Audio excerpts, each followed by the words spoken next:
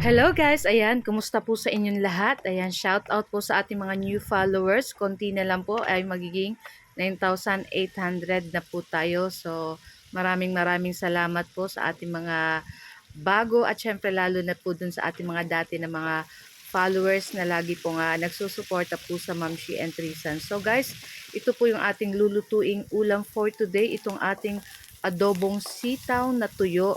Siyempre may konting pork po yan para siyempre masarap at kumain naman yung ating mga anak. So na nga guys, so sinangkot siya natin muna dyan yung ating pork. So yung ating pork, nilagyan ko yan ng konting asin, paminta, at konting liquid seasoning para may lasat na yung ating pork para masarap na guys.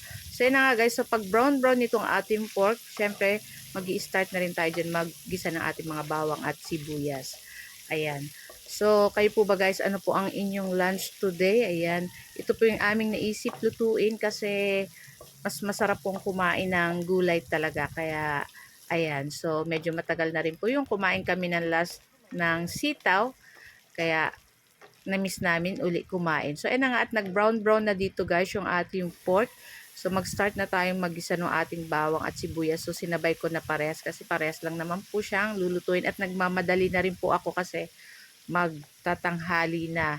So, ayan na nga at hinalu-halo na natin yan dyan guys. Pagkatapos, isama na rin natin dyan yung ating pork para sumama na yung lasa ng ating bawang at sibuyas dyan sa ating pork na igigisa. Ayan, medyo talagang mahirap po pag ano nitong ating ganitong pork kasi may mga talsik-talsik.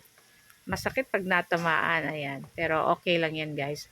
Ang importante, syempre, masarap yung ating mga niluluto para sa ating pamilya. So yan na nga at luto na rin naman po itong ating pork dyan. Syempre, niluto natin yan talaga para lutong-luto. Ay isunod na natin itong ating sitaw. Ayan, pakagisa ng ating mga bawang at sibuyas kasama ng ating pork. Itong ating sitaw ang ilalagay naman natin. So, hindi na po ako dyan maglalagay ng tubig kasi ang ano natin is sitaw na adobong sitaw na tuyo. Ayan. So, naglagay po pala ako dyan ng oyster sauce saka 2 teaspoon na sugar para manamis-namis ng konti yung ating adobong sitaw dyan. So, mamaya maglalagay po tayo ng siling pangsigang, mga 2 yata to or 3 piraso para may konting anghang. Naku guys, try nyo po yung ganitong luto sa adobong sitaw.